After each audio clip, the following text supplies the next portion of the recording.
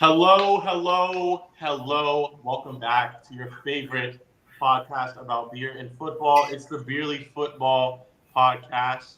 I'm your host for tonight at Beerly Scott, and we got another host with us, Beerly Carey. Zach's not here right now. The new NCAA football game just came out. He's also engaged. He also throws up when he drinks Seagrams. So there's really no telling what Zach's doing right now. But as long as we're here, we got a beer, we got some football to talk about. I got you, Carrie. We're gonna get it going. But before we get into all that, how you doing? What are you drinking? Unfortunately, Zach is what we call an addict. He's addicted to NCAA football. So we don't know if he'll come back. We don't know if he'll ever come back. You may walk down the street of your hometown one day and see a man playing NCAA football on the side of the road. That may be Zach. So one day he will return. Until then, he got me. I'm a Tom Savage supporter tonight. I don't know why. That was the most random thing I could think of. Yeah, I couldn't think of anything random, so I didn't even subtitle. Just straight titled the Twitter handle, the X handle, whatever you want to call it. As soon as I am able to find out how to share this, how to get a link, I'll have that tweet up. But if you haven't already, make sure to follow us on Twitter at Beerl Football or X, whatever you want to call it. Myself at Beerly Scott. We got at Beerly Carey, and Beerly Zach is nowhere to be found. But tonight we're talking the AFC North, Steelers, Ravens, Bengals, Browns in that order. We got Nick Fairbaugh coming on to talk Steelers, Kevin Ostreicher coming on to talk Ravens, John Sheeran to talk Bengals, and we're going to take over the Browns all by ourselves. Carrie, do you have any idea where the share thing might be in here? In what? In this service we're using. Do you have any idea where this share link might be? You can get it from YouTube. Silly. Okay. Silly guy. Do you have the time to do that and DM it to me on Twitter? I can do that because I'm a nice person sometimes. All right. Sometimes. So we're in the middle of July.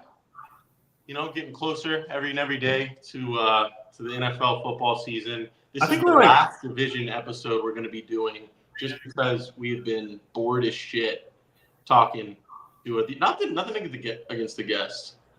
Did you tell me what you're drinking? Not yet. I just realized I think what are we 2 weeks from football now? We're pretty close. I'll go first with my beer because I got something pretty interesting tonight. This is a postcard Pilsner from Green Bench Brewing Company in the one and only St. Petersburg, Florida. Wow. So not just a local, but a very, very local beer here. Foamy. Got a glass to pour it up. I feel like there's a lot of local beers in St. Pete. Yeah, definitely. There must be a lot of breweries up there. That looks like a Twisted Tea can, though. It's a little hoppy, which is something I don't like. But it's light enough to where it's not really going to make a difference. After I finish like 1.5 of these, it's probably just going to start to taste like water. That's true. And what better? I have a famous drink tonight, supposedly. It is made on honor since 1890. It is called the famous Narragansett. It's so famous. Have you heard of it? Never. Has any of our listeners ever heard of this? I know we're supposed to be these beer aficionados, but really I know like the mainstream domestic stuff and then like just the same stuff that I see over and over again at the liquor stores. But you really can't go wrong with a Yingling, with an amber, bro. It's from Rhode Island, actually. Lager, pint. I wonder how much percent this is. Hi, neighbors. Have a Gansett. Wow, fancy. So are we actually doing the Ravens first? The Ravens will be the first team we're covering. Sounds good. Your favorite team of all time. They are my favorite team. Who did you pick to win this division last year?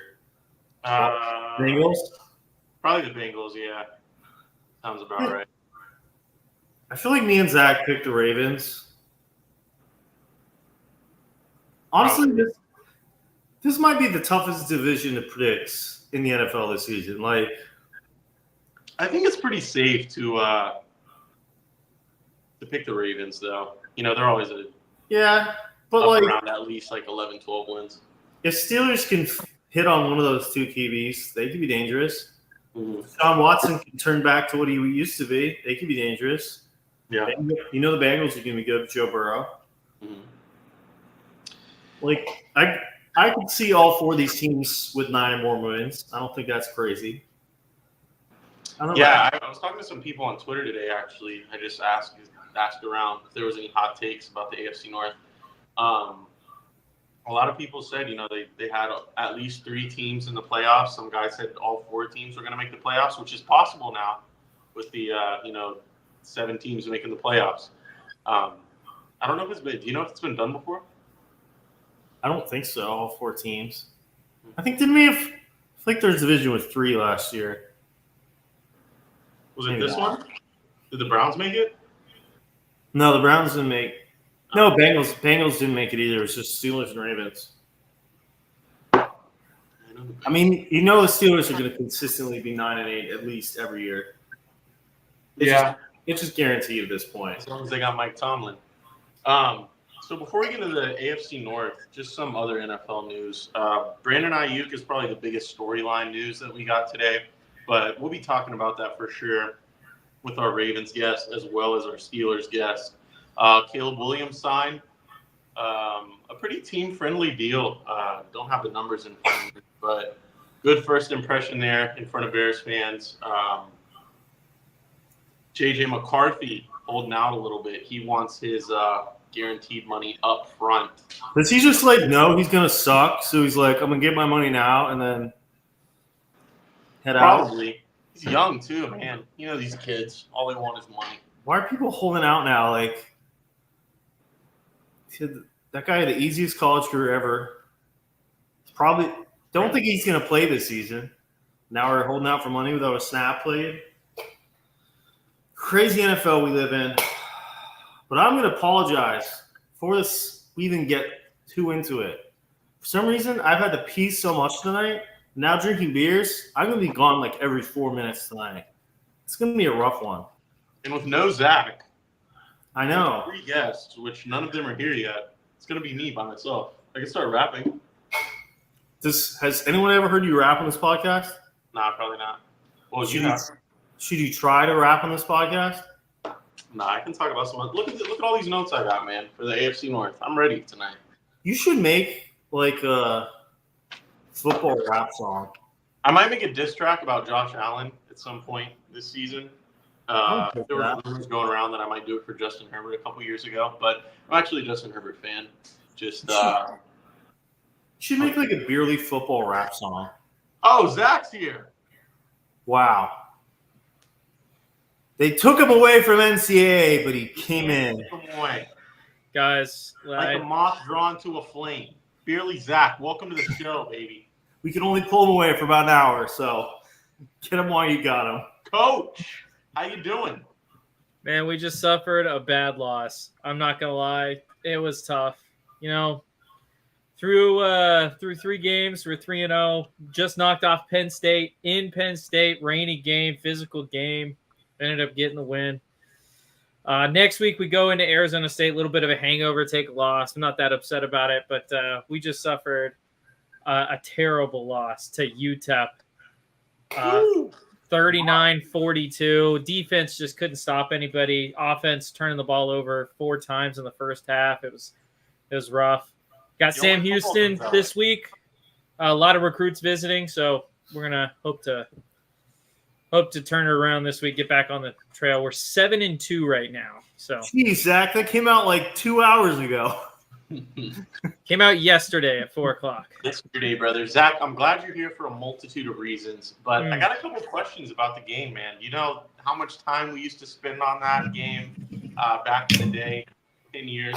How's the recruiting? Is it as good as I remember it? Because that's really the selling point of this game. That's the make or break for me. So there's 2 things I want to say about this game. First off, number 1, I think the recruiting is actually better than it was previously, meaning it is harder. It's very hard as a small school to recruit really good players. So me being the coach of Kennesaw State, I have to use my pipeline states a lot. Georgia, Florida, South Carolina, North Carolina, Tennessee. I have to use those states a lot and try and get the best recruits I can out of those states, because I really don't have an option to go like California, Texas, because the brand exposure is not there. The proximity to home's not there. Obviously trying to build a program up like Kennesaw State, you're not starting with a whole lot. So I think the recruiting is actually better. The second thing is I think the defensive side of the ball is so much harder than it was in previous NCAAs. Mm-hmm. Good. That's good news, because I got to get this game as soon as possible. It looks like our first guest is backstage to talk about the Baltimore Ravens. Before we let him in, Zach, I know the recruiting, the job of a coach never stops, but are you enjoying a beer with us tonight? You got anything cold on you? Absolutely. I'm back to what I was doing when we started the podcast. I have a special beer for you guys this evening. I have an Odd Story Brewing Company out of Chattanooga, Tennessee, Basilisk. It's a really pretty can. It's a Polish Pilsner. Actually, if I can. Wow. Well, that made it Wow, you worse. can't see anything. Oh, Wow. That's horrible, Zach. word for it, man. Horrible. Well, You can't without see further anything. ado- Oh, well. man, Zach, you look like a ghost. But There you without go. further ado, we'd like to welcome our first guest, Kevin Oestreicher. I hope I said that right. But he's going to come on and talk to us about the Baltimore Ravens. Kevin, it's great to have you back, a returning guest. We had you last offseason. I think Before this we dive into some Baltimore Ravens, where can the fans find you on social media or any content you want to plug? Yeah, appreciate you having me again, guys. I'm looking forward to it. You can find me over on Twitter, Instagram at ChaosShark34. I host and produce Locked On Ravens 5 days a week over on YouTube in audio form. I write for Ravens Wire, so a bunch of Ravens content. And I don't have any drink. Well, I should have thought it through, this being Beerl Football, but I have a Costco sports drink tonight. That is my Let's drink of go. choice tonight. So you know what? Not any alcohol volume in this one, but you know what? It's a drink, so we'll take it. Close enough. Well, we appreciate you coming on, taking some time out of your day. Really, the Ravens, one of the most entertaining teams to talk about all across the board. I personally think they're the best team in the AFC, best team in the NFL. There were some losses they suffered this offseason. I think the offseason's a good note to get it started on. The losses like Patrick Queen, Geno Stone, but really capitalizing in free agency, capitalizing in the draft.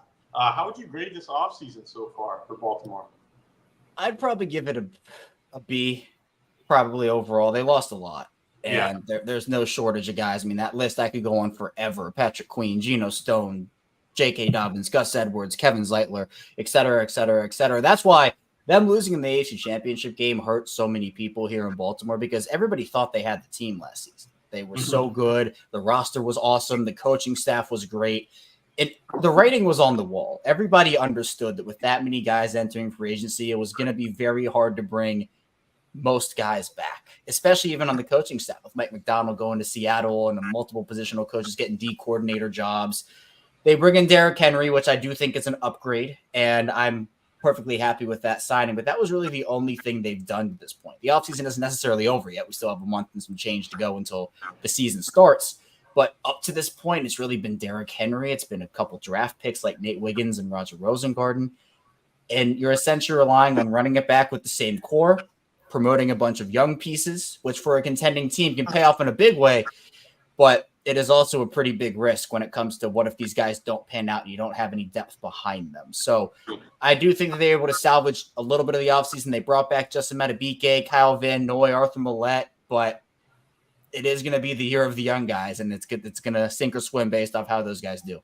And Yeah, I'm glad you brought up Henry as well as the young guys. A guy I wanted to not really focused in so much on him, but just the thunder and lightning in that backfield. Derrick Henry, along with Keaton Mitchell coming back from injury, a really fast running back and undrafted free agent, which showed a ton of promise last year before that injury.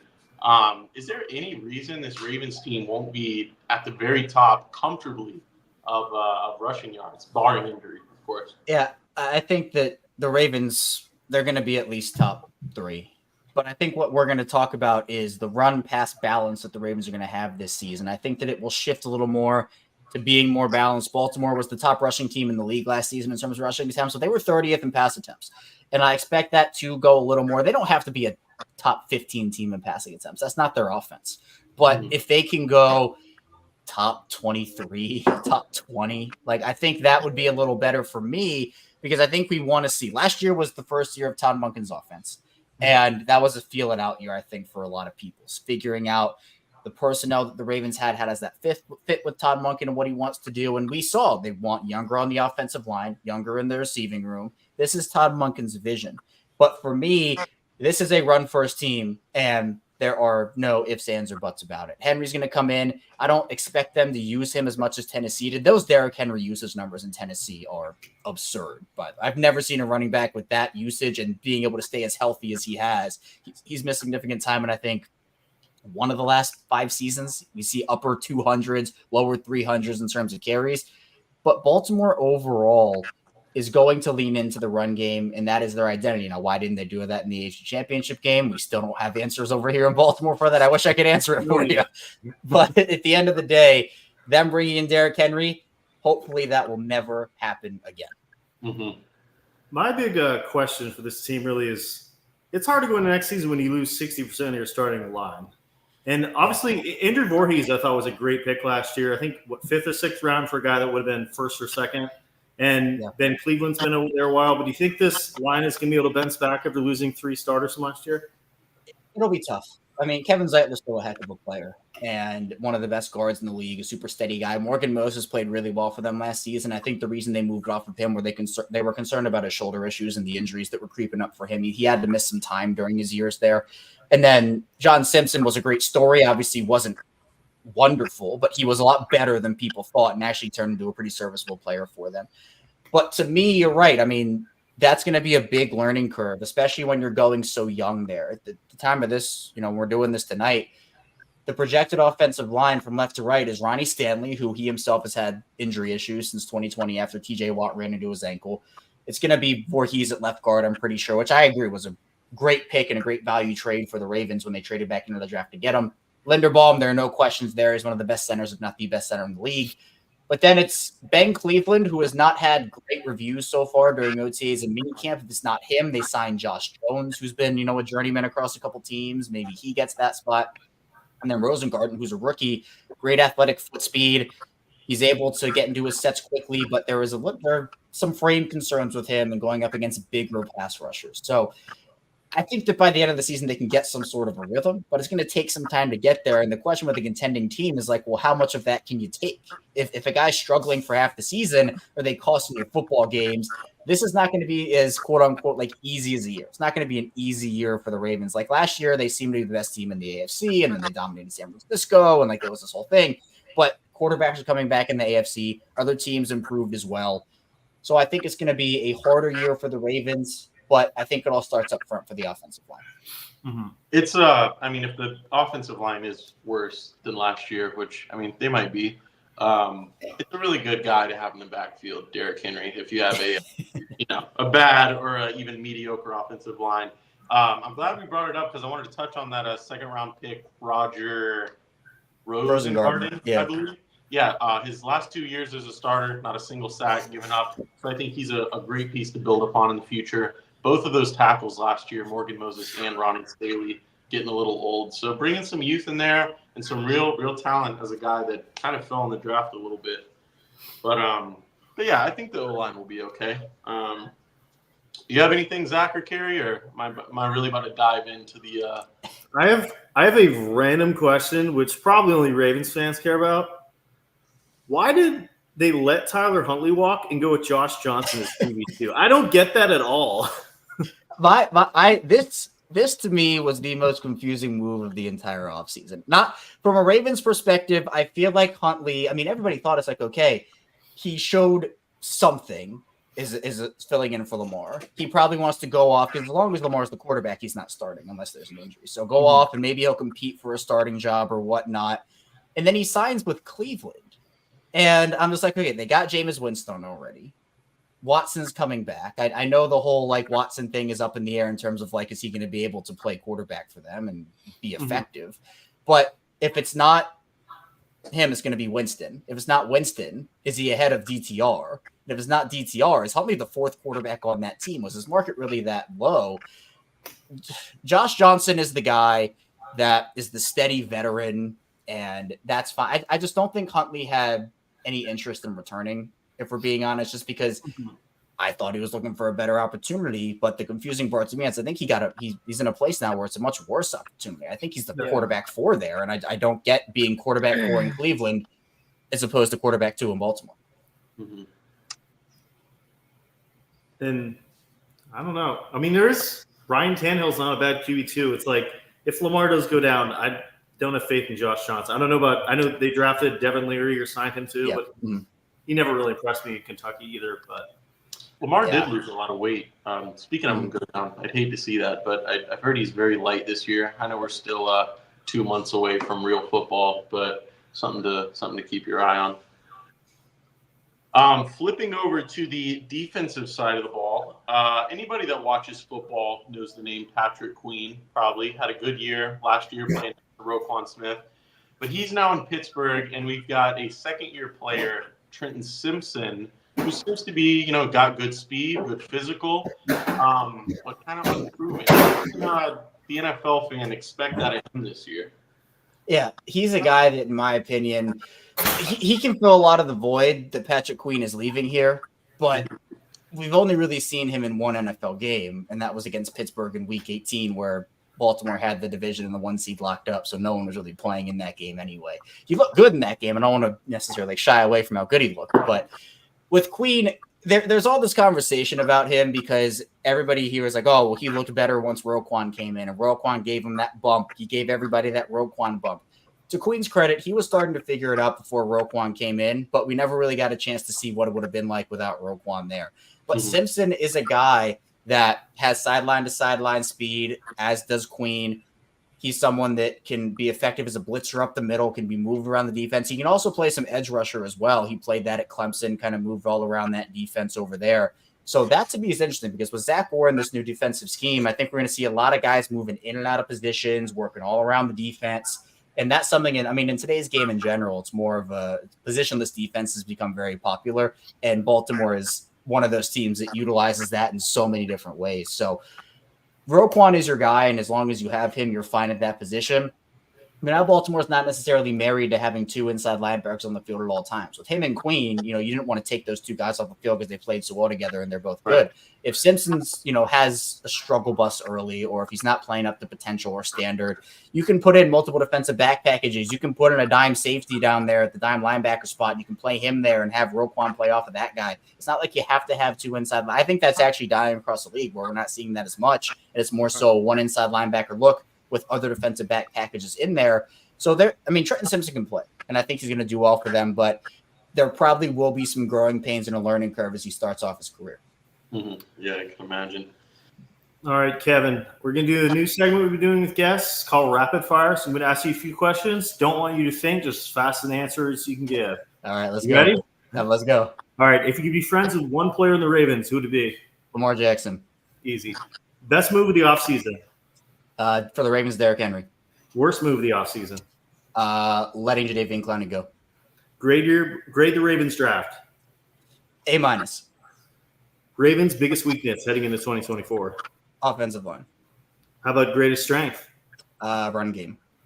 Team MVP for 2024. This one should be easy, I'd hope. Yeah, I'd say Lamar Jackson. And then one surprising and one disappointing player for 2024. Surprising, I'm going to go Travis Jones. Disappointing, I'm going to go Patrick Ricard based off maybe a lesser role this year. All right, and then projected record for the Ravens, and how do you think the standings in AFC North will end as a whole? Record, I'm going to go 12-5, and record or standings wise, I'll go Ravens, Bengals, Steelers, Browns, but very close. That was so impressive. Honestly, you've been the fastest of all our guests this offseason. You actually did it rapid. So proud of you. Yeah, when you said rapid, I'm like, all right, we're going to do a rapid. We're going to do a rapid. So I tried. All right, Zach, you want to do your question? Of course. Every year, every guest we've had on, I ask this question.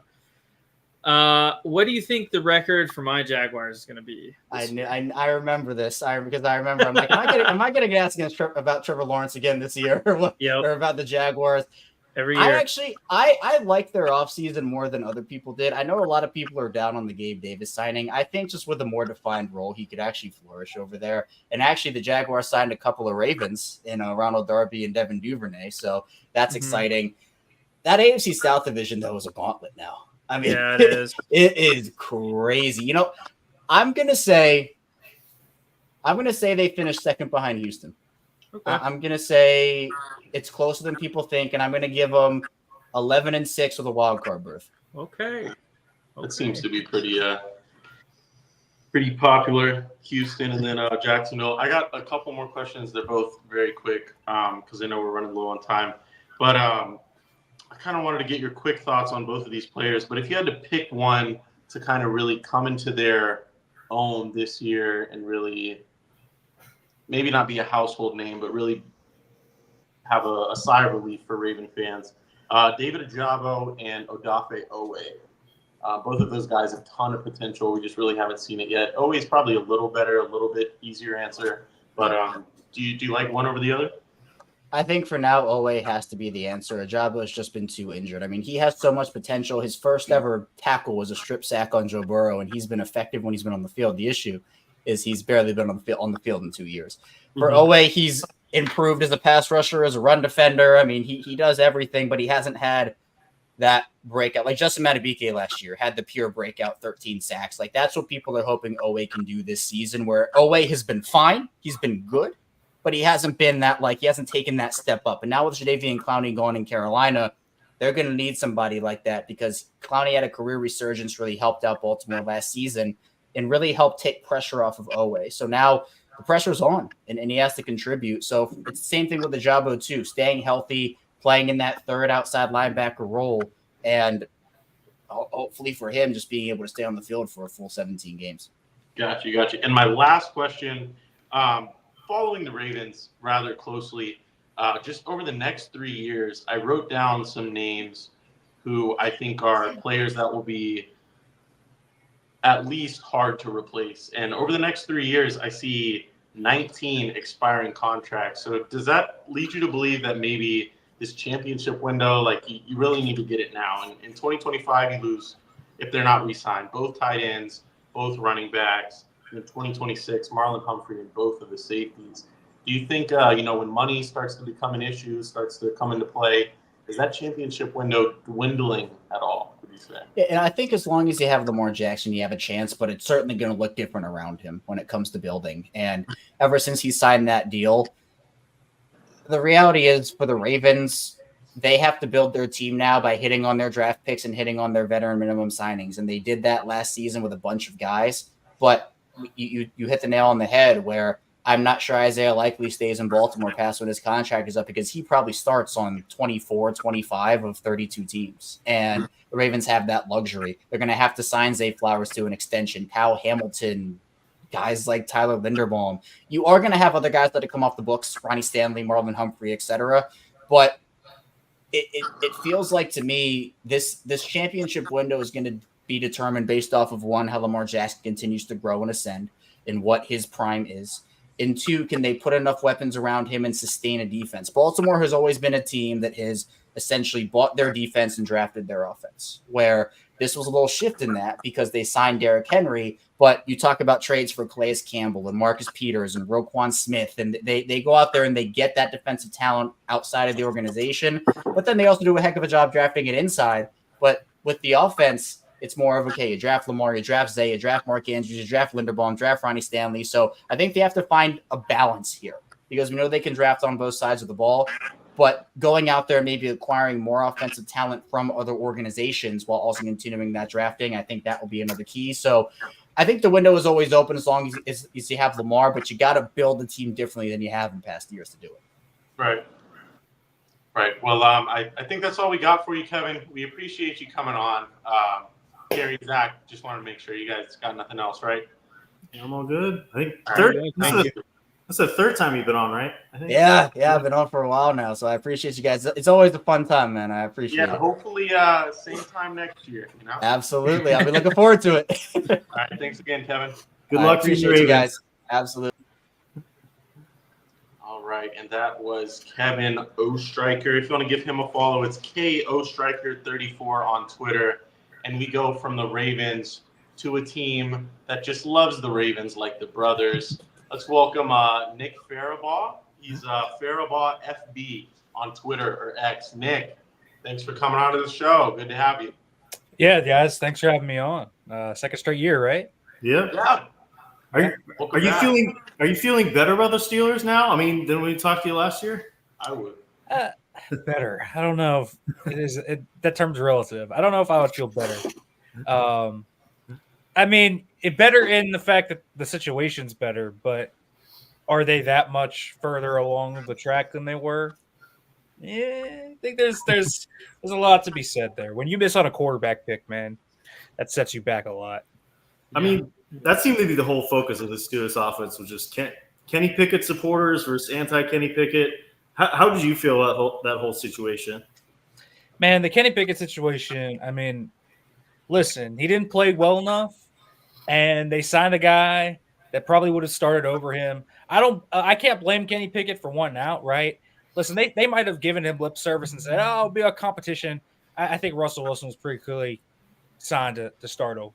I don't think that had much of a question. No matter what you think of Russ at this point in his career, I think he was going to start no matter what. So honestly, like, I understand why the Steelers did it. Kenny Pickett wasn't good enough. They had quarterback turmoil. Mason Rudolph was clearly better down the stretch, and they didn't really want to run it back with Kenny Pickett. Mason Rudolph, also the correct decision.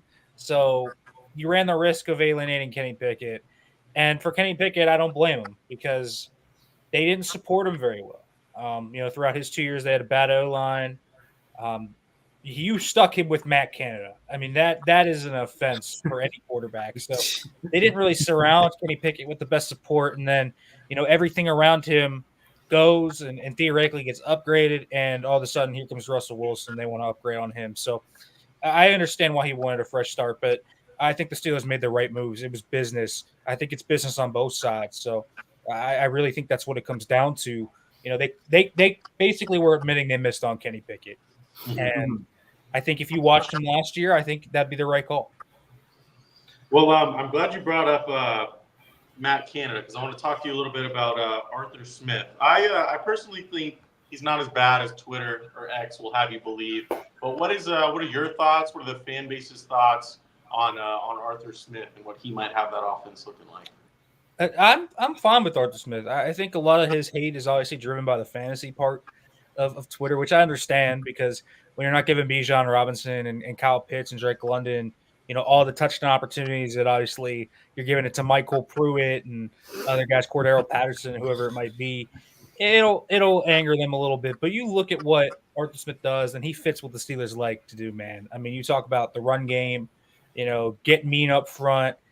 Finally, they're going to have, play action in their offense. That has never been a thing for them in their offense, the play action stuff. I think Arthur Smith's going to be fine. And you really look at how much he used Bijan Robinson and Kyle Pitts and Drake London, and the volume was there. He used those guys a lot. He used them like stars in their offense. So I think you can expect the same thing, for, say, like George Pickens and Najee Harris and Jalen Warren, Pat Frymuth, who are pretty clearly the top four weapons on this offense. They'll be used a lot in a lot of different ways. So I think, Arthur Smith, he gives them a more modern offense. I think, he fits with what they want to do. When they kind of really look at, like a Sean McVay system, for example, that's the on vogue thing. Ben Johnson's kind of worked things off that. Obviously, Kyle Shanahan has worked things off that. But really the biggest thing is, Arthur Smith comes from the McVay disciplism. He was under Matt LaFleur, so they get kind of a different look. So I think he'll do well. I think he's a good marriage with the Steelers, largely because of his philosophy. And I think he's a solid OC. I don't think he's a great OC, but proven success. Definitely more than you could say about Matt Canada. Mm-hmm. And There's a lot of questions about this offense and going into next season. They kind of redid the offensive line, which has been such an issue the past few years. Obviously, added a couple of weapons like drafting Roman Wilson, Van Jefferson. You think this offense will be better this season, regardless of quarterback play? Just skill players, offensive line. Do you think it'll take a step forward? Yeah, I think the O-line's going to be better, but I think they took a pretty significant step back at wide receiver, too. I think that's something to note. I think George Pickens might be better, but when you trade Deontay Johnson and really don't outright replace him, you're missing a lot, man. I mean, that guy was your best route runner, your best separator. He brought a lot to that offense. He took a lot of pressure off George Pickens. So who's going to be the guy when Pickens is doubled every game? Who's going to step up? I mean, you can get stuff from Freiermuth, you can get stuff from Warren and Harris, but you trust in Van Jefferson, you trust in Calvin Austin, you trust in Quez Watkins. I think that's a hard sell right now. Roman Wilson, the rookie, is kind of the unknown, right? It's kind of what comes down to him. It could be similar to the Rams last year, where that room had no one in it really, and then Puka Nacua came out of nowhere. Roman Wilson, I think, comparing him to Puka Nacua obviously is very lofty. Just because Puka Nacua had an unreal season, but can Roman Wilson be a solid starter? I think that's going to be the question. Or can they go out and make a big move? So I think the offense should be better. I just don't know how much. They got better at OC, got better at O-line, got better quarterback. I just don't know how much better it can be when the receiver room, I think, is such a question mark right now. I can't believe we made it this far, especially talking about receivers without bringing up the Brandon Ayuk situation. What are your thoughts on that? And maybe what's the most you'd give up to have him in Pittsburgh? It seems like he wants to be there. Y'all would love to have him. Yeah, I mean, listen, it's a perfect fit. I mean, he's the perfect fit to put with George Pickens. So there's no question you would love that fit, right? He's the wide receiver one. He's the alpha dog of the room. Like, that's what you want in that room. So I think the Brandon Ayuk idea conceptually is fantastic. Mm-hmm.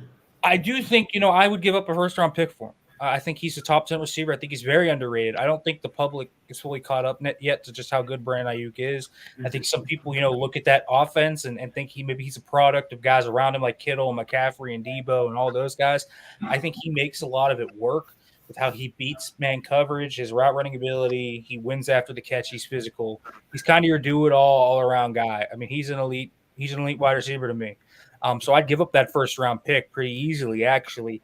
It's just going to be, would they give up the first-round pick and pay him $30 million? That's not a Steelers move. The Steelers can trade the first-round pick. They traded it for Minkah Fitzpatrick. They've traded up. They've shown an ability to move off draft picks. They haven't shown an ability to sign big-name guys from outside their org yet. They did sign Patrick Queen, but it was only, I think, like $13 million per year. I mean, It's not a ton of money in the grand scheme of things when you're seeing these mega deals that other teams are signing. So it would have to break precedent, but I think I'd do it. I think the first round pick plus, $30 million.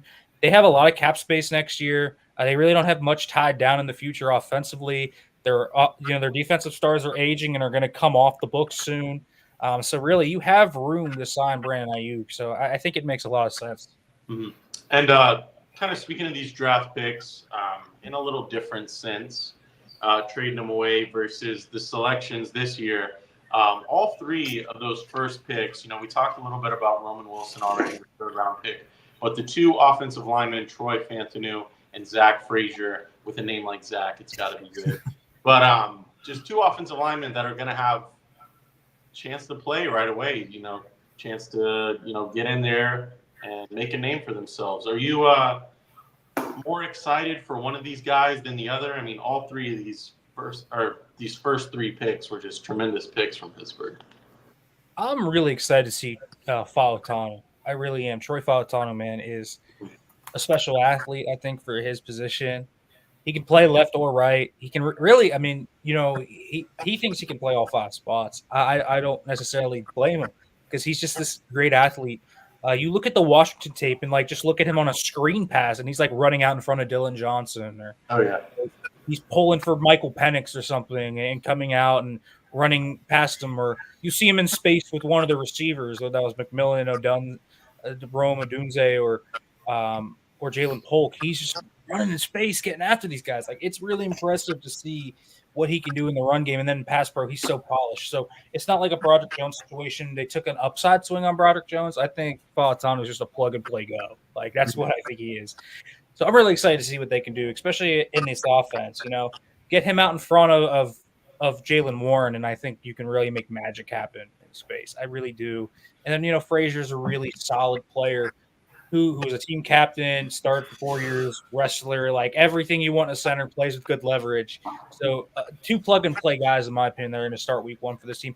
Make this O-line better. I mean, they've been building this O-line for 3-4 years now. This is 2020. This should really complete it. And you didn't even mention Mason McCormick, their 4th-round pick, who honestly I think has a chance to start down the line too. Mm-hmm. And the big question, which seems to be Steelers fan base is always divided on stuff. And I don't think it's going to be a thing till maybe later in the season, depending on how it goes early on. But the Russ versus Fields camp, where do you land on that? I wouldn't even say later in the season. Yeah, it's interesting, the Russ Fields thing. First of all, what I saw in the spring was Russ was better, but also I go and watch like both these guys just in games, and you see what Russ has. The deep ball is still there, even if he's not the athlete he was. Russ has never been a guy that really stands in the pocket and just fires the ball over the middle. I legitimately, my theory and the reason why he doesn't throw over the middle of the field is I legitimately think he cannot see over his offensive line. Like I don't think he can. So I think that's a big part of it. And he doesn't have the athleticism anymore to win out of structure and make those crazy plays where he's running all over the field. He's 35 now, so age is catching up with him a little bit. But the moon ball's still there. Fields is different, though. Fields isn't as accurate as Russ. I think Russ's thing is he's always been really accurate. He's always been this, like, deep ball quarterback. There's this precise deep ball that's almost too precise. And then you look at Fields, and he sprays the ball all over the place. He makes some questionable decisions. But then out of nowhere, it'll be 3rd and 19, and he'll rip off a 64-yard touchdown. And you're like, this guy's electric. He's got this big arm. He looks like the prototypical quarterback. So they have their pros and their cons. I think to start the year, I would start Russell Wilson. That's what I would do. But if this offense stagnates, I would have a very short leash on him. Yeah, I agree. He's only getting older. So. Right, Fields has the upside. So, is the Fields you saw in Chicago the top that you're going to get a Fields? Maybe, but he could also be a guy that ends up being a very good quarterback. We've seen quarterbacks in recent years, remake themselves on second stops, right?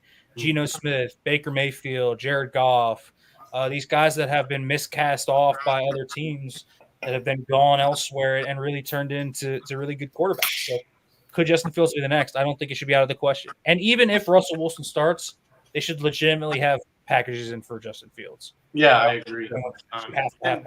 Yeah. And even, the Steelers, they're not going to make or break from the quarterback position. They're not a team like that. They got foundational pieces all over their roster. If Russ can do what he did last year, just from a statistical standpoint, 26, 27 touchdowns, less than 10 interceptions. The Steelers could win 10, 11. I don't want to keep counting, but they could win a lot of games, just what they've been missing from the quarterback position for the last 3 years. It's just they need a guy in there to just not be bad. And, both of these guys could be bad, but they could also be very good. So it's definitely going to be one of the most very interesting things to keep your eye on as just a general football fan, an NFL fan. But switching over to the defensive side of the field, I don't follow the Steelers too close, but there's a few names that I like: Keanu Benton, Patrick Queen, Joey Porter Jr. Just outside of guys like T.J. Watt and Minkah Fitzpatrick, guys that have been there for years. Who is the next best thing that you're really excited for on this defense? Like the solid on a corner, a solid linebacker now. Who's somebody we should keep an eye on? I do want to interrupt before he goes. Say Peyton Wilson was a steal draft pick if he stays healthy. Yeah, he could be great for them at linebacker. The next big thing for the Steelers is Keanu Benton, 100%. One of the best young interior defensive linemen in the NFL. You saw him last year. You look at the stat sheet. He only got 2 sacks. It's not crazy. You're like, he's a run-stuffing nose tackle. That's what he is. He's a nose tackle, but he's not a run-stuffing nose tackle because he missed about 7 or 8 sacks where he just missed the tackle. He just needs to finish. His ability to win off the line, just beat centers and guards, man, it's special. He's built like the Hulk. I mean, the prototypical defensive tackle. He was like built in a lab to dominate offensive linemen. And more than that, he's a champion wrestler, like plays with great leverage, power. He's all of that. Keanu Benton, I think, is really going to be a phenomenal player for him. And you talk about, these defensive linemen that just come through Pittsburgh, and you're like, oh, Cam Hayward is there. Before that, it was guys like James Harrison and Kiesel and Hampton and all those guys. Benton's the next. I think he's got next in that room, 100%. I think he's the next big thing for them. Yeah, I know Steelers fans are very high on him for good reason. All right, so we're going to wrap it up with a rapid-fire segment. I'm going to ask you some questions. Want you not think about them, just give a fast, quick answer. You ready? Yep. All right. If you could be friends with any player in the Steelers, who would it be? DeMonte Casey. Best move of the offseason? Signing Patrick Queen. Worst move of the offseason? Trading Deontay Johnson. Definitely. Grade the Steelers draft class. A. Biggest team weakness heading into next season? Wide receiver. How about biggest strength heading into next season? Edge rusher. Team MVP for 2024? TJ Watt. That one's pretty easy. One surprising and one disappointing player. Surprising player. Calvin Austin had a really good spring. Disappointing player, Dante Jackson. Guy, has been a veteran. They're asking him to be the answer opposite of Joey. I have my doubts. All right, and then lastly, projected record for the Steelers, and how do you think the AFC North will end up? I think they'll end up 10-7. Feels about right for them. I expect them to be, third place in the division. I am personally very high on a Cincinnati Bengals bounce back year. I think people are sleeping on them. Got bit by the injury bug. They don't really have a ton of holes. I expect them to be up there. And then I probably would have the Ravens there at second. And then, the Steelers at third. And I could see 3 teams in the wild card again. This could be very similar to last year where all of them finished over 500. I mean, they're that good. All right, Zach, take it away. All right, I think I asked you this last year. It's my very famous question I ask every guest that comes on. As a Jags fan, I want to know, what's your projected win-loss record for the Jaguars? Well, I think Trevor Lawrence is a lot better than people think he is online. They get roasted for it. But I think he's ready to actually take a step up. I didn't love some of the signings. I didn't love the Gabe Davis signing. I thought I was a little overzealous on that. But they have a good team all around. And that's a good division, man. Like, that division used to be bad, but it's a good division now. Colts are looking like a fun young team. Houston, I think people are sleeping on the Jags. 10-7 sounds about right for them too. I really think second place finish 10-7 wild card berth sounds about right. I think Lawrence is ready to take a step up. I really do. I think he's almost there. So I think they're a playoff team finally. They collapsed last year really because Lawrence got hurt and they had a bunch of other things happen that really hurt them down the stretch. The worst center in football and 100%, man. I just think I'll never forget. I looked like week 12 or 13 at our center's rankings in the NFL. He ranked 33rd out of 32 centers. Man, and I was like, oh my God. Yeah, man. I really think you look at that team and they should have been better than they were last year. Yeah. They really were. And I think Lawrence, didn't finish the year on a hot streak, and people kind of held that against him. But if you look what happened before he got hurt, he was really ascending. So I think they're right in there in the thick of things. 10-7 sounds about right to me. Wouldn't surprise me if they went better than that. I think they have the tools to do it. Definitely. All righty. All right, Nick, you want to promote yourself where people can find you before we head out? Yeah, you can find me on Twitter at FairballFB. Make sure to read the stuff over at Penn Live. So that's where all my writing is if you want to follow more Steelers stuff, guys. Sounds good. Well, we appreciate you coming on. Maybe we'll see you again this time next year. Best of luck to the Steelers. Yes, sir. All right, guys. Have a good one. See you too. Thanks, Nick. So our third and final guest, although we'll still be talking about the Browns a little bit by ourselves, we'd like to welcome John Sheeran to the show on Twitter, on X, at John, 2_Sheeran. Sheeran. John, welcome to the show. Glad to have you. Glad you could make it. If you're ready to talk some Bengals. What's up, fellas? I'm actually at a bar with a beer, so I figured I'd fit That's the vibe. perfect. That's where I'd be. Beautiful. We just won a round of trivia, so I'm drinking a free beer actually. There you go. That's outstanding. What's better than a free beer, man? Yeah, man, that's Not Tuesday much. night for you. Not much. I guess Before we get too tapped into the Cincinnati Bengals talk, any of our fans, want some Bengals content, want to follow you, where can they find you? Where can they find your content? I guess you can follow me on Twitter at John2_Sheeran, but check out my work at AtoZSports.com/Cincinnati for all the articles and stuff. Gotcha. All right. Well, we appreciate you coming on. We've been talking to Ravens and Steelers guests, so two teams I'm sure you got a lot of love for. Oh yeah. After sort of a doozy last year, kind of not what Bengals fans recent have been used to. What are you most looking forward to this season? Yeah, isn't that right? Like 9-8, so disappointing for a Bengals fan. Like that's way under their standards for sure. It's nice when the team is good when the quarterback is out there, and I think they found ways to make Jake Browning competent, and that's all fine and dandy. But obviously, the team doesn't go where they want to without Burrow on the field, and I think he's taken maturation steps in terms of making sure that happens. And that involves not pushing through very minor training camp injuries that end up being major that impact what the regular season is. The offensive line being better to protect him against the best edge rushers in the NFL, that's important as well. So just seeing him out there with a full stable of receivers, just having Jermaine Burton to be that explosive tertiary option inside from T. Higgins and Jamar Chase, that's also really exciting. So I think there's a lot of potential for the offense to evolve to where it should be with Burrow and his receivers, and with a decent enough offensive line with two tackles who are reliable. I think there's a lot of potential there. Gotcha. Yeah, and speaking of that evolution, a guy who's been with the Bengals since they drafted him before the 2017 season. No more Joe Mixon. He makes his way to Houston. You guys looking at a Chase Brown, Zach Moss kind of double. No bell cow running back there, but the receivers are there. You got Joe Burrow. This is one of the better offensive lines he's played with, I hope.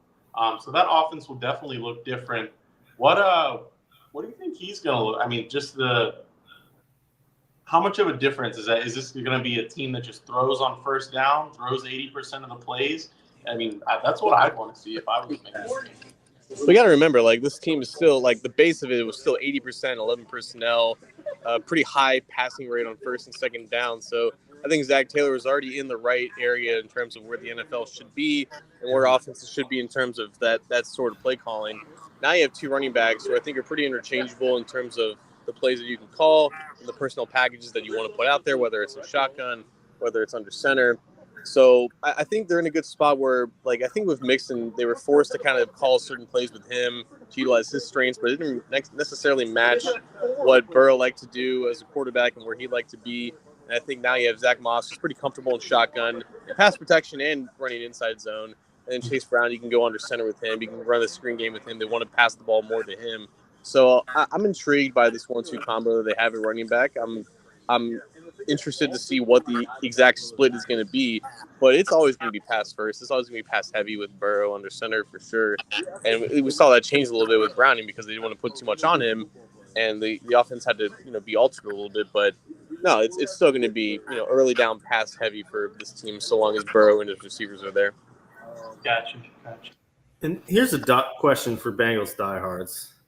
Speaking of the free beer you got tonight, would you rather have free beer for the rest of your life or have Joe Burrow healthy for the rest of his career? Free beer for the rest of my life? I'm 28, dude. That's 60 years more of drinking, and that's money I could save. So the alternative here is that maybe Burrow misses 1 or 2 seasons, right? But he's still like a really good quarterback for the rest of his career.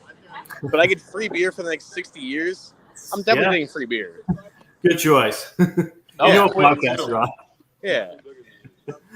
But obviously, one of the losses, he's been there a while. Tyler Boyd left in the offseason. Obviously, you have Chase and Higgins, so it's not like a huge issue. But who do you think is going to be that third guy in that offense going to step up? Obviously, they brought in Gesicki, drafted Burton.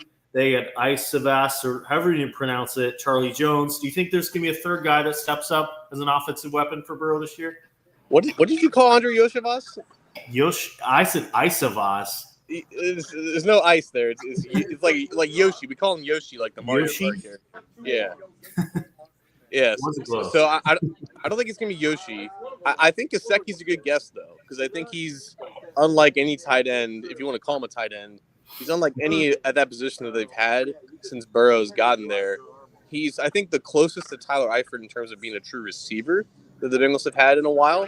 So to have that type of receiver to snag, seam routes up the middle with that wingspan and athleticism, that's an interesting new target that they have in the offense. And I think the fact that you're replacing Tyler Boyd with probably a platoon of Jermaine Burton, Yoshi, Trenton Irwin. It might not all be on Burton considering he's a rookie, but still, like that skill set that he has is so enticing. I just worry about putting too much on his plate as a rookie. So I think with Gesicki, the fact that he takes most of his snaps in the slot in the first place, he's going to see plenty of time there when they're in 11 personnel and everything like that. So I think Gesicki is a dark horse to be third in terms of targets, so long as he stays healthy, because when he's had decent quarterback plays, he put up pretty good numbers.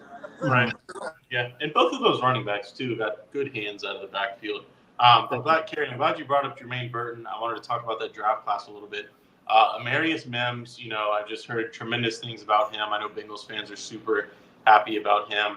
But besides that first-round pick, maybe even Burton, is there somebody else in this draft class who's either been turning heads at minicamp or who the team just seems to be excited about?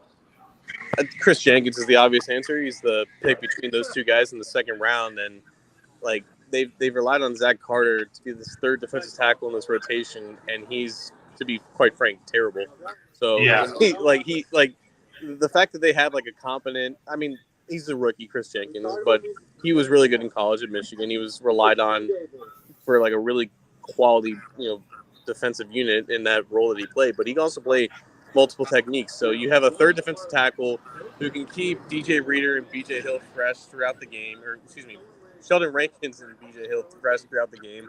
You can line up at 5 technique, you can 2-gap at the 2-eye, he can be a 3 technique, and he can be stout against the run and hold his ground. And I think that in itself is what they lacked last year. Once Reader and Hill were off the field, because it's hard for defensive tackles to play 60, 70 snaps a game, especially when your defense is so bad, it just takes a toll, and it was such an obvious weakness for them that they had to be at least competent there. And I think Chris Jenkins provides that competency. He might never be a 10, 8-sack guy, defensive tackle, but someone who's reliable and stout against the run and can provide some pressure in a pinch. I think you can provide that immediately for like 400, 500 snaps as a rookie, and all the noise from the building has been he's a charismatic leader right out the gate. He's still really young, but it wouldn't surprise me if he's a team captain in the next 2 or 3 years. So he's already made that kind of impression on a lot of the vets and the coaches, and I think that will lead to him gaining the role that he's destined to have. And my last question has been the big focus of this offseason. For a Bengals team that's pretty much stayed the same all offseason has been T. Higgins and Trey Henderson, the H-boys. Do you think they're ever going to get them locked up long-term, or do you think they're going to be gone within the next year or so? No, I think both of them are going to play out the contracts that they're on. It's not out of the question that the Bengals tag T. Higgins again, just because it would be affordable in the sense that that second tag price is locked in because it's just 120% more than what the first tag is. And the fact that the receiver market is, you guys know where it is now, about $30 million. So if T. Higgins, assuming he has like a really good year for his standards, it would be a value for the Bengals to tag him again and keep him as wide receiver 2 instead of letting him hit the free agent market. But that's still an unprecedented decision. They've never double tagged any player in their history. So until that happens, I guess that would still be the unlikely scenario. And with Trey, I think they love him. They love his toughness. They love his production. But I don't think they'll get past the fact that he's going to be over 30 years old when he's due for next deal. And that's typically a place where that's typically something where they don't like to bend. And I think they'll probably project him falling off by that time. And I think they won't want to commit a lot more money towards him, assuming that his career kind of takes the angle that it's going to take. So I think he's under contract for 2 more years, and they'll play him for those 2 years. But I don't think he'll get the extension that he wants now. Does Miles Murphy doesn't start, does he? Is he rotational right now? He's probably defensive end 3 for sure. Yeah. All right. We will wrap it up with the new segment, Rapid Fire, which you do with all our guests. So I'm just going to ask you a few questions about the Bengals. Rapid Fire. Don't want you to think. Just give as quick answer as you can. You ready? Let's do it. All right. If you could be friends with any player in the Bengals, who would it be? Me and Joe have a lot in common. We love Rocket League. We love Smash. We were both the same age. We both love OU. All right. Fair enough. Best move of the offseason? Signing Trent Brown with the drafting of Amarius Mims. How about worst move of the offseason? Ooh. I think not entertaining a trade for T. Higgins. Let's see it. All right. How about biggest team weakness heading into next season? I don't know who the fuck the nose tackle is. I don't think there is a nose tackle on the roster, so how they handle that is beyond me. How about biggest strength? They're the second best quarterback in the NFL. I think that's the most valuable thing that they can boast at the moment. All right, and then one surprising, one disappointing player for 2024. One surprising, disappointing? One surprising and one disappointing player. Oh, gotcha. Surprising? I think more people will learn who Geno Stone is, the safety that they signed out of Baltimore. Oh, yeah. In a good way. And I think disappointing, I think relative, but like Cam Taylor-Britt, I think he's got a lot of hype with him, but it's tough for cornerbacks to maintain success from a year-to-year basis. So relative to expectations, Cam Taylor-Britt. All right, then what do you think the Bengals' record will be, and how will the AFC North wrap up? I got them at 11-6. I know Nick, the Steelers guy, had the Steelers at 10-7, which is fair. They never seem to be under 500. I think it's fair for all AFC North teams to expect at least 9 wins again, as unlikely as that is. The division is just that stacked. The Ravens are probably due for some type of regression, so I would expect the Bengals to be one of the top 2 teams. If 11 wins doesn't win the division, it's probably going to be a wild card. So I'll have the Bengals and Ravens both at 11 wins, tie for first, whatever tiebreaker comes out with that, and then the Steelers with like 9 wins, Browns with 9 wins as well. All right. Zachy, take it away. All right, so first I want to apologize for missing most of the segment, but duty calls. I ask this question to every guest that comes on the podcast in these off-season episodes. As a Jags fan, I'm curious, how many wins do you think the Jaguars get this year? Give me 11 wins for the Jags, dude. I'm a little higher on the Jags than I think most people, because I'm lower on the AFC South as a whole. I like the potential of Anthony Richardson. I'm not buying the Texans sustaining the hype that they have, and I think Trevor Lawrence is better than people give him credit for, and I think he's due for a season where his production matches what his ability is. I still have confidence in Doug Peterson as a coach. I think that they've had a lot of room to improve on defensively, and I think Brian Thomas can come in immediately. So I'll give 11 wins for the Jags. All righty. Sounds good. Gotcha. Well, we appreciate you coming on, from the bar. What could be better than that? Have a couple more drinks, man. Let me chug this real quick. Good way to go out. Definitely. Well, good luck with that bounce back season. I definitely agree. I hope the Bengals be a lot better than they were after that really disappointing, unprecedented season last year. But we appreciate you coming on. Hopefully, again this time next year. All right. Sounds good, guys. See you. All right. See ya. See ya. All right. Now we're going to welcome on our Browns guest. No, I'm just kidding. Todd, I thought Jackson Clark was going to show up on We this. got Johnny Manziel I'd rather have Jackson than Johnny Manziel. What do you guys even want to talk about the Browns? We don't have a guest. We don't have anybody to interview. This will wrap up guest season. Yeah, guest season is over. Guest season is over. There's some guy drunk at the bar was our last guest. That's a Beerly way to go. I mean, that's pretty Beerly. It's nice to talk to these guests, but like you don't get to hear our beautiful voice. Zach doesn't even talk in half these episodes. I do talk. He carries spitting out questions left and right, and then the guest is answering. I don't want to interrupt anybody. I mean, I'm just too nice. That's my problem. I'm too nice. The people want to hear Zach's beautiful voice. Zach, I just want to ask you this quick question before we start about the Browns. Yeah. Is NCAA, has it met your expectations, exceeded, or disappointed you? Ooh. Is it met, exceeded? It's met my expectations. That's to say my expectations are very high. It's a better game than Madden. The recruiting aspect, like I said, I think is improved, which is, like Trevor said, that's a make or break for a lot of people buying this game is the dynasty mode and the recruiting, because recruiting is just more fun than the draft process in Madden. It just is. Yeah, and paying players. Yeah. Madden. Yeah, it's just more fun. So yeah, I think it's met my expectations, and my expectations are very high. I will say the way this game opened was absolutely fucking legendary. So it opens with "Welcome to the Jungle," and they've got like college band music playing "Welcome to the Jungle" while the actual song is going on in the background. It's pretty nasty. It's pretty hype. How many hours do you think you're going to dedicate to the NCAA over the next month or so? Next month or so, gosh, I don't know how many hours. How many hours are in a month? A lot. How about percent-wise? Percent-wise, I'm going to say that like every time that I'm on my Xbox, it's going to be NCAA 25 for the next month at least. And then I'm going to get back into one of my nerdier games. All right. And then go back and forth. We ready to talk some brownies after Zach had a little brownies about 20 minutes ago? Exactly. That's what it sounded like. Honestly, I forget what guest talked about it. The most confusing thing for the Browns is why they have so many backup quarterbacks. Yeah. Winston. We're going to cut two of them. They're going to cut DTR. DTR should be playing in the XFL. DTR is a fine QB3. I don't think so. Hey, DTR, come on down to Jacksonville. Do you think, is he not better than Devin Leary?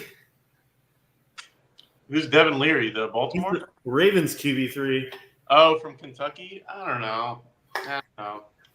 You know the QB4 for Cincinnati is named. I literally just told you this. Look him up.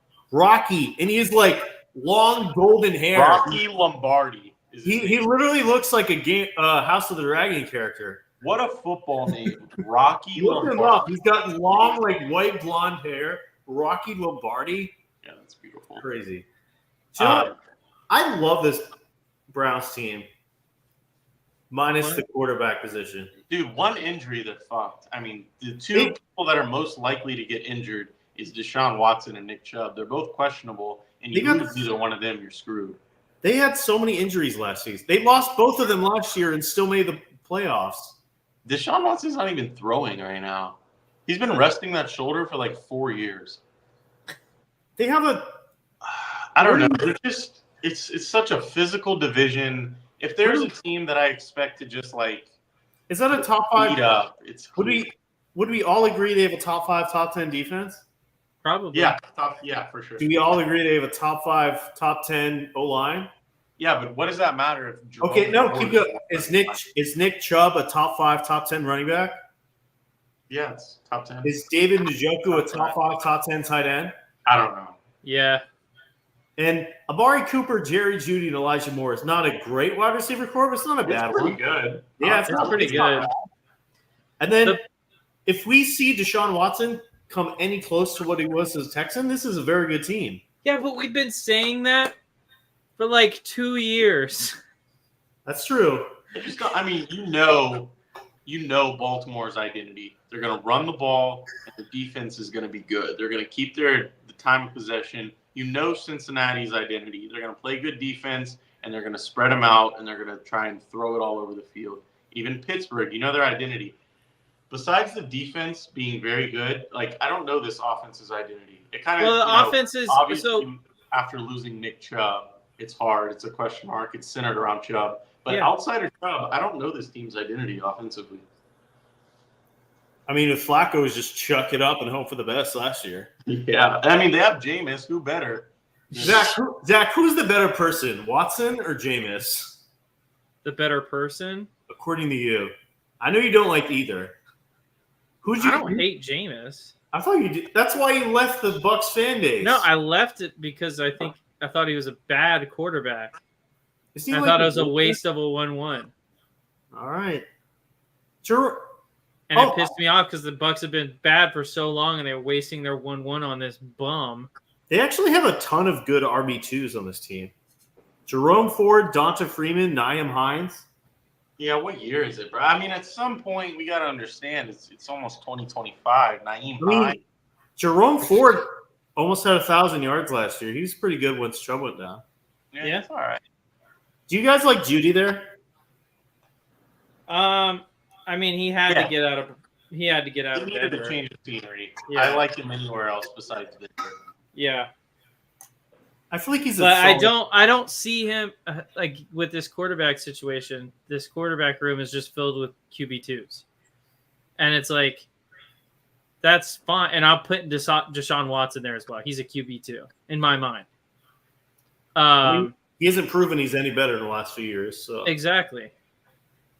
So, like, in my mind, with a quarterback room filled with QB2s, I don't see a number 2 wide receiver on a team or number 3 wide receiver, depending on what they decide to do with Jerry Jeudy. I don't see him having, like, a crazy big resurgence this year.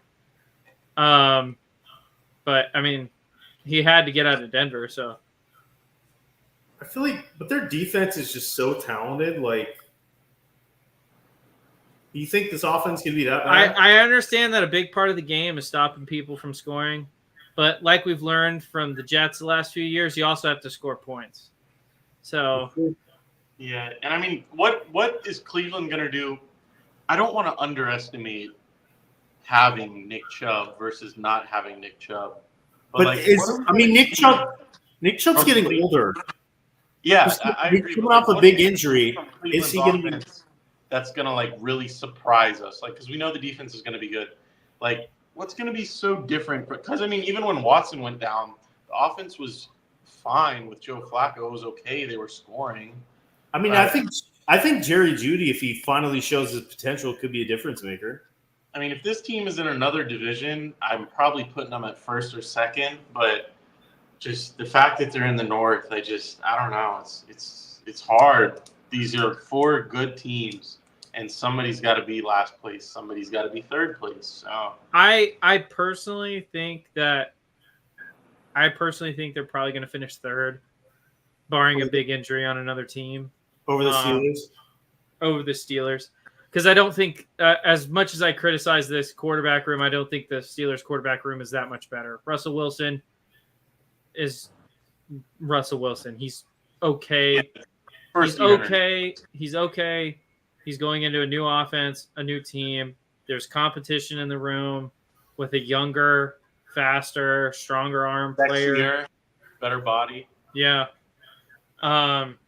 He's going to have a short leash. Justin Fields, as athletic as he is, has struggled in the passing game.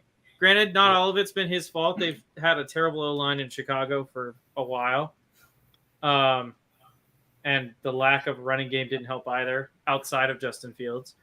But, I mean, I don't think that quarterback situation's, if it is any better, it's not much better. So, I don't think that the Steelers' defense, even with T.J. Watt as explosive of a playmaker as he is, I don't think in totality the Steelers' defense is as good as the Browns' defense. So I'd probably have them finishing third in the division, somewhere around 8 or 9 wins. Yeah, these are, I mean, just the defenses in this division. I think it's pretty safe to put the Bengals at 4th, which, I mean, they're not even bad. But the Ravens, Browns, and Steelers defenses are just unbelievable. They're going to be beating each other up this year. I mean, there's at least 3 top 10 defensive players in the NFL in this division between Garrett, Watt, Roquan. Yeah. Kyle Hamilton. What about Kyle Hamilton? Yeah, there's a lot of good defensive players. And Trey Hendrickson, he's not top 10, but he's very good too. Do you guys want to, as we go through our AFC North standings, because we're going to be skipping the rest of our divisions and heading into preseason content, you want us to give quick thoughts on our predictions for the last 3 divisions too? While we're here? Let's go ahead and do this one though. Yeah. I'll go first. I got Baltimore winning 12 games. Yeah, I love everything about this team. It's a little biased because this is probably my favorite roster in the NFL. I want to give them 13, 14 wins, but I think 12 is a good place to settle. Cincinnati, I'm going to give them 11 with a bounce back. I was in between 10 and 11. And then I have Cleveland and Pittsburgh at 8 and 9, but I got Cleveland 3rd and Pittsburgh 4th. Okay. I got not looking at any schedules. So I've got the Bengals in first, and I think they're going to get to 12 wins. I have the Ravens in second with 11 wins. I think the Browns are going to have a winning record, and I don't think the Steelers will. I think they finish 8-9. The streak is finally over. Streak's over. Interesting. There just hasn't been enough growth. Growth on this roster, and it seems like every team in this division, maybe outside the Ravens, are taking a step forward. I mean, obviously the addition back with Joe Burrow is going to be a step forward for the Bengals from last year, and even without Joe Burrow, they were able to get 9 wins. So like, I think that puts the Steelers in a really tough position. Now, granted, their defense is probably going to carry them to a couple wins, but unlike the Steelers fan, I'm not a big fan of Arthur Smith. I don't understand his offensive philosophy at all. He was a good OC in Tennessee, though. Yeah, I guess. He's never had a good quarterback either. He's just not a good head coach. Never had his Ryan Tannehill, but I mean, he screwed up Desmond Ritter's development for Zach last year, so. Well, I mean, he did, for sure. One thing that's kind of interesting, Arthur Smith really likes to use the middle of the field. He likes to run up the middle. He likes to pass across the middle. And Russell Wilson likes to do the exact opposite of that. But something worth keeping your eye on if you're a Steelers fan. But, Gary, how do you got this division shaken out? I get the Bengals taking the division this year. I think it's going to be very close. I get the Bengals at 11-6. I think a healthy Joe Burrow will help them a bit. I'm pretty much bringing back the same group from last year. They lost Boyd, added Gesicki, pretty much same defense. They could be on the same. Ravens, I think that O-line's can be, young O-line's can take a bit for them to mesh together. I got them second in the division at 10-7. I have the Browns at 10-7 also. I think Watson will have a better year. I think the Browns will surprise a bit. This maybe sneak in as a wild card this season. And then they get the Steelers, once again, over 500 at 9-8. Yeah, so a ton of wins for this division. I have 12-11-8-8. Zach has 12-11-9-8, and Carey 11-10-10-9. So definitely great for the best division in football. They're going to be beating each other up, and they're going to be beating up a lot of other teams. I think we have about beat the AFC North to death. What division should we go through next? Kind of just run through it. Let's do the NFC North. I'll start because I finished. I'll just give a quick thoughts on these teams, give where they're going to end up. I'm going to take the Lions again to win this division. Bringing back a really good group from last year. They're bringing Zeitler and line, a lot of young pieces. I think Jahmyr Gibbs is going to. Do you think this is the best O-line in football, Gary? I definitely think so. Yeah. Yeah. It is so good. And adding Zeitler, I know they lost Jonah Jackson. Zeitler's a pretty big end, but they have some good depth in that line too. I think Goff will have another solid season. I really like Jameson Williams this year. I think he's going to finally, break out this season. And Jahmyr Gibbs, I have him as RB2 in the NFL.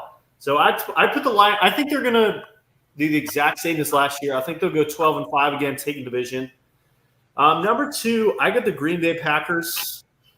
I really like Jordan Love, and this is such a young team. I think people might overhype them a bit this season, but I think they'll still be a playoff team. I'm going to put them at 10-7. I think Love will have another good year. I'm still really looking for a wide receiver 1 in this roster, but a young team. I definitely think this is going to be a contender in the NFC for years to come. Number 3, I'm I like this team. I think they could be better than people think. I'm going to put the Vikings at third with 9-8. I really think Sam Darnold will do well there. He looked very good in his last stretch in Carolina after getting benched. He's got Justin Jefferson. He's got Jordan Addison. He's got T.J. Hawkinson. His defense should be better with Brian Flores leading the way in his second season there. I don't hate this team as a playoff sleeper. I don't think they'll be as good as they were with Cousins, but I like this team. And then wrapping up the divisions, I got the Chicago Bears, 8-9. I like Caleb Williams. He has a lot of weapons, but he's still a rookie quarterback. And this is in the NFL. It's going to take a bit to get used to. This is an okay Bears team. And 8-9 seems about fair for now. Kerry, one more time. How many wins for the Packers? I get the Packers at 10 wins, 10-7. Gotcha. Zach, what do you got? Yeah, I mean, it's tough not to pick Detroit. Seems like they don't lose much this offseason, and, you know, they rolled through this division last year. I actually have them getting to 13 wins, 13-4, potentially being the number one seed in the NFC. And then I have the Packers. I have them right where Kerry has them at 10-7. I think that the Jordan Love hype is going to be there this year, but I think it's a lot of hype. I don't see him continuing the stretch that he had at the end of last year. There you go. Always remember, Zach doesn't believe in love. I don't believe in love. And then, God, 3 and 4 are tough. I'm going to go 3 Vikings as well. And I think with Sam Darnold, I don't think he's going to be as good as Cousins, but he does have a lot of weapons. Like Kerry said, the defense should be better with B-Flow in his second year. So I'm going to give them 10 wins as well, losing in a tiebreaker to the Packers, potential wild card team. And then I have the Chicago Bears with 7 wins. I mean, if you want to talk about guys I don't believe in, Caleb Williams is right up there with Jordan Love. I mean, it's a lot of hype. It's a lot of hype. I just want to say what Zach said about the Vikings. We saw Nick Mullins in 3 of the 4 games he started throw over 300-plus yards and 2+ touchdowns. Like, Sam Darnold's going to put up good numbers there. They're going to be competitive. Sam Darnold's an underrated quarterback. I don't hate him for comeback player of the year. I don't hate that. That's not a bad pick, honestly. So, first place, I think the defense will take a little step back, but I think that's going to still be enough to win 11 games and win the division again. I had Detroit in second place, but I bumped them back up to first with 11 wins. Second place, I'm a believer. I really wanted to put them first. I got the Chicago Bears winning 10 games. Oh, my God. No shot, football. dude. They are not making the playoffs. Win the division. Trevor, I'll make a bet right now. Chicago Bears On playoffs. what? Chicago Bears playoffs.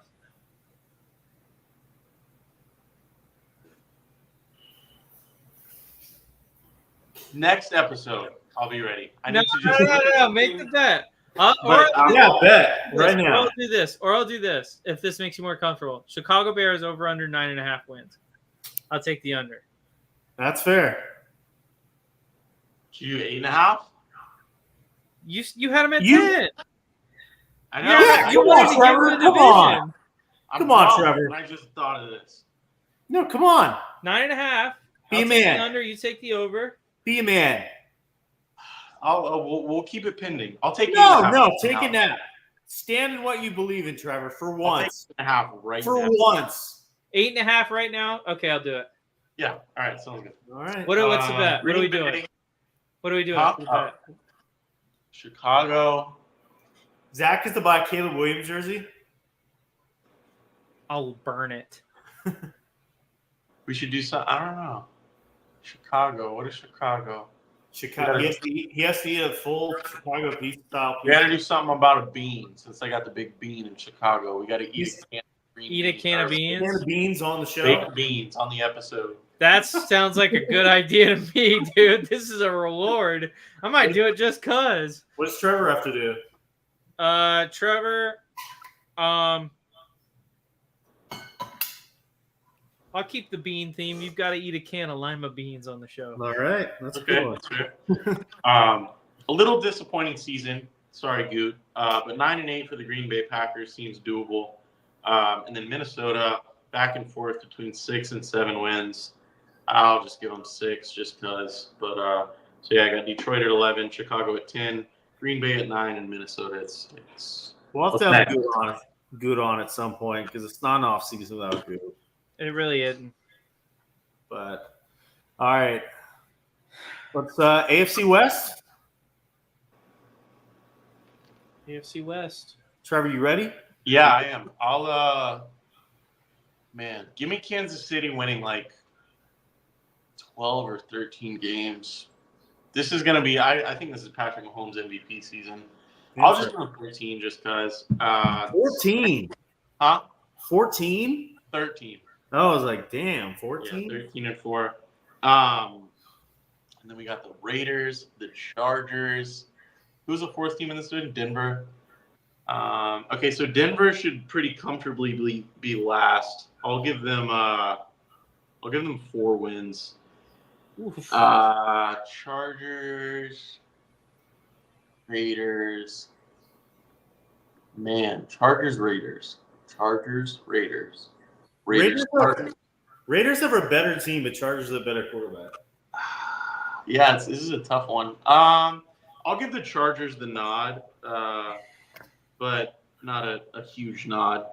I'll give them 9 wins, and I'll give the Raiders 8 wins. All right. So 13, 9, 8, and 4. All right. All right, and in this year, we're going to witness something incredible, guys. Herbert wins the division? We're going to witness the downfall of the AFC West. Please. So Please. I have the winner of the AFC West being the Kansas City Chiefs with 11 wins. Second place in the division, I'm going to give to the Chargers at 9 wins. Third place is going to be the Raiders at 7 wins. And last place, the Denver Broncos with 5. This division is no longer going to be considered preseason juggernaut for me. Yeah, after everything that the Chargers lost, the Raiders seem to be on their way up, though, but just maybe not yet, not quite yet. Not a quarterback. Yeah. What do you got Don't for have us? QB1. Sadly, I'm going to take the Chiefs winning division. 1 win better than last year. I'm going to put them at 12-5, taking the division. Second gets hard for me, but I'm going to put the Raiders at 9-8, second in the division. I think whether it's Minshew, whether it's O'Connell, they have enough weapons. They have a good defense. I think they'll be good enough. Wait, I have a question real quick. I want to make another bet. Trevor. Yeah. Trevor, do you think that the Chiefs and the Chargers split this year? No, Kansas City's going to beat them twice. Ooh, I'll take that. What do you want to do? that's a good bet. We remember last year, Trevor had a lot of wet dreams about that certain interception for pick 6 on Justin Herbert last year. Yeah. What do you want to do, buddy? Trying to think of something that we could do with like a chief theme without it being racist.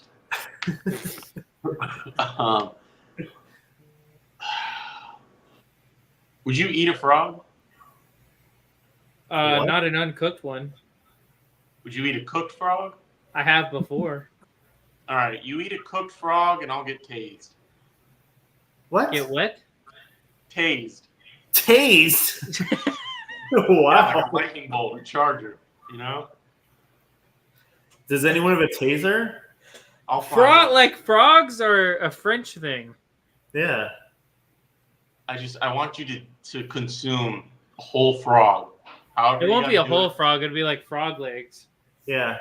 Frog legs are good though. I don't want to get tased over here eating fried frog legs dipped in spicy mayo, dude.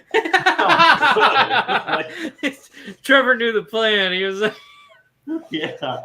I'm not going to eat like a whole frog. What is like a Native American like crazy dish? The frog thing. Wait, I can look it up. What's a Native American dish? Oh, I got something, Zach. You have to recreate 3 Jackson Mahomes TikToks of my choosing. I like that one. Yeah. Oh, no. Oh. Wait, I like that on. one. Hold on. Wait. No, you're taking that one, Zach. Wait. Gosh. I don't know. That's big. I'd rather get tased. I'd rather get tased. I've been tased before. I'd rather be tased. That's rough.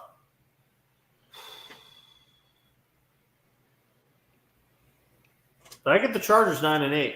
Damn. And I get the Broncos. I can't do the Jackson Mahomes TikToks, man. That's too nuts. He's weak. All right. Well, since we're betting on the Chargers, let's just do the taser.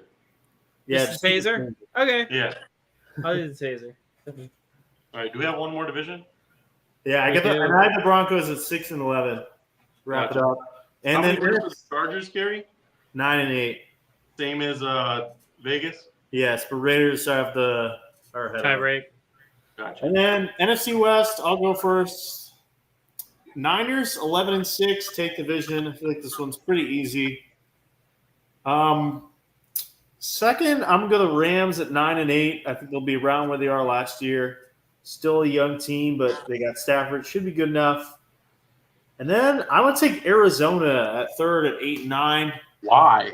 Better. Marvin Harrison adding to Kyler Murray. Kyler Murray will be there the whole season. I think they'll be a bit better than last year. And then last place, Seattle Seahawks. Geno Smith's last days. A disappointing 6-11 season for Seattle. Go ahead. I need to do some thinking on this one.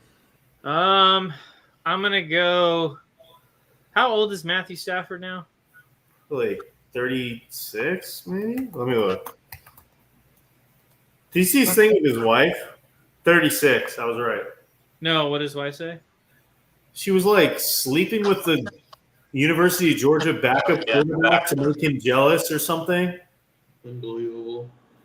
I don't know why you would announce this to like social media when you've like. Dude, we could do a whole podcast, a whole episode on my thoughts of these type of women, but we're not. Yeah, we want to stay on the air, Trevor. We want to stay on the air. Football and alcohol.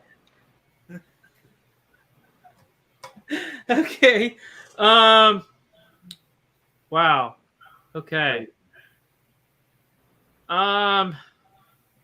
Niners are gonna win the division, probably with 13 wins. Better than last year. Interesting. Oh wait, yeah. Never mind. They're gonna finish with 12 wins. Same as last year. Interesting. The Rams are going to come in second with 10. Seattle's going to finish 8-9, and Arizona's going to finish 7-10. I see a weird scenario where Trevor picks the Cardinals to win the division. I have the Cardinals in last place at 6-11. Okay, now then. I got the Rams winning 7 games in third place, the Seahawks winning 8 games in second place, and the Niners 12 wins first place, the only playoff division. Wow. Remember, this is a guy. A bunch of shit in this division. Remember, this is a guy that picked 0 out of 8 division winners. I was obviously last trolling. year. That's what you're going to say next year when you go 1 for 8. No, there's no way that shit happens again. Can you imagine, though? That would be so funny. That would be hilarious. I don't think it's possible. Sure. I'm going to do something. It's like eventually, like statistically, even if he was just naming teams at random, he would He'd get, have to get 1 or more. Yeah, 0 for 16, I think is impossible. That's pretty crazy. Oh, we'll see. That would be funny, though. Oh God, I would die laughing. So when are you guys? When are you guys getting NCAA 25? When are we starting the online Dynasty League, huh? Dude, I got dibs on USF. FGCU. They don't have a the club team, teams. Jerry. Undefeated. The online dynasty, I want dibs on UMass. UMass. Yeah. Thomas Castellanos. Gary, does UNH have a football team? They do. They actually had a guy drafted by the Raiders this year. Oh shit.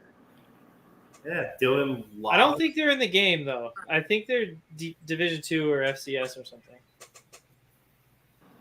No, they're D1. Are they? Yeah, they're just not very good. Oh.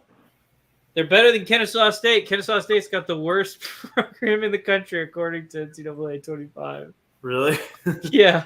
They have the worst rated school in the entire game. That doesn't surprise me at all. Not at all. It's only an hour from here, so I'm an hour from and now I'm the coach actually too, so it's weird. It's a long commute. And I drive an hour to my other job too, so. Beautiful. But Nice. seriously, get your games downloaded.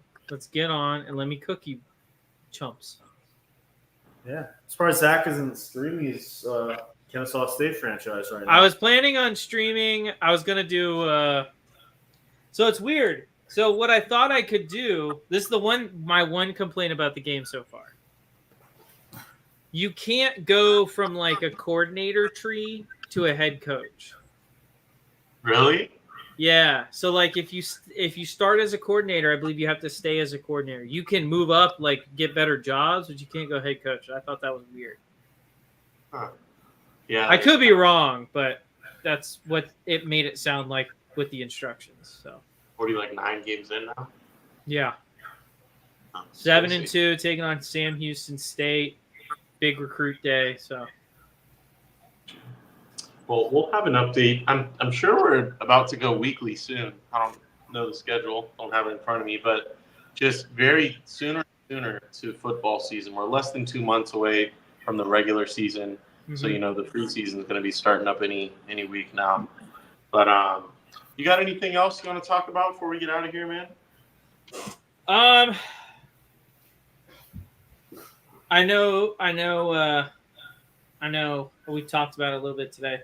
NCAA 25 is a great game. You should buy it, download it, play it. It'll bring back memories from your childhood. I nearly broke down into tears. But What was your first play on offense? so what I did was I was like, I want to see how different it is. So I just did one half of football where I was just trying to learn like mechanics of it.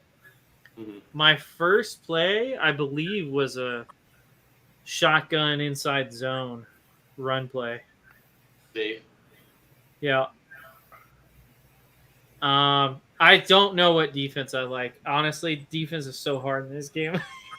Dude, whatever football game I'm playing, NFL, NCAA, I just run a 3-4. It's tough. Well, the problem really is that my defensive players are terrible, which is why we're recruiting heavy D-line, heavy O-line this year. Build a good base of support to work up because my O-line is also terrible. I can't throw the ball down the field at all. It's all short passing and run plays. Yeah, it's tough, man, because tell you what, if that Penn State game wouldn't have been in the rain, we would have been shit out of the water, okay? Yeah. It'd have been fucking bad. It was storming though. We had 20-mile-an-hour winds, pouring. Happy Valley was loud. Yeah, good game though. Good game. Everyone should buy it, download it, play it. It's a lot of fun. Anything you guys want to say or do before we head out? If anybody's still listening and you haven't already, make sure to follow us on Twitter /X at Beerl Football. My personal at Beerl Trev Scott. That's Beerl Zach. That's Beerl Carey. That's about all I got. All righty. Well, thanks everyone for watching. Thank you, our guests, for joining us for the final guest week of the off season. We'll be back in 2 weeks to talk about what, Carey? What are we talking about? Something fun. I have no idea. Probably something. Yeah. Fantasy, maybe? I don't know. We might be next week. I don't know. We'll see. All righty. We'll see you guys then.